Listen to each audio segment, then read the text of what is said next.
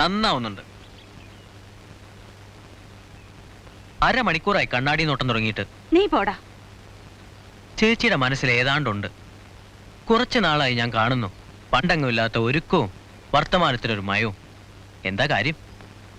ഞാനേ കല്യാണം കഴിക്കാൻ പോവാ. ആരെ? ഒരു മോരിക്കുട്ടിയെ.